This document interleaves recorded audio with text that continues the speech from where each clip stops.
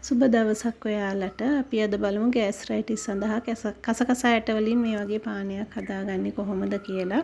කසකසා ඇට කියන්නේ ගොඩක්ම ශරීරයේ සිසිල් කිරීමට වගේම බර අඩු කර ගැනීමටත් උපකාරී වන තන්තු බහුල ආහාරයක්.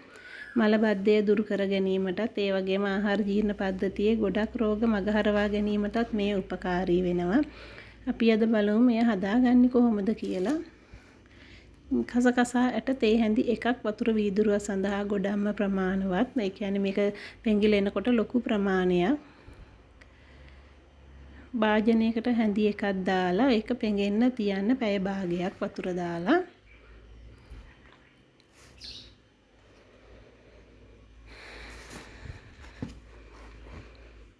බඩේ ආම්ලිකතාවය, බඩේ දැවිල්ල වගේ ලෙඩ රෝග වලටත් ගොඩක්ම මේ උපකාරී වෙනවා.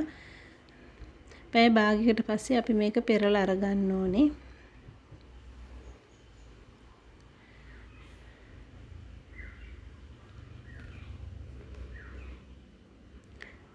දැන් අපි මේක වීදුරුවකට දාගෙන මේක පිරෙන්න වතුර එකක් දාගන්න. මේක රැට හදලා තියලා ඔයාලා උදේ හිස් බඩට පානය කරන්න ඕනේ. කසකසා ඇටයකට වතුර විතරයි දාන්නේ. සීනි ලුණු මුකුත් දාන්න එපා.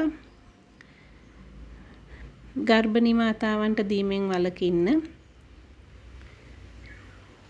ඔයාලත් මේක පානය කරලා බලන්න. සතියකට දවස් 2ක් වගේ පානය කරලා හොඳ ප්‍රතිඵල ලබා ගන්න පුළුවන්. එහෙනම් ඔයාලට නිරෝගීමත් දවසක්.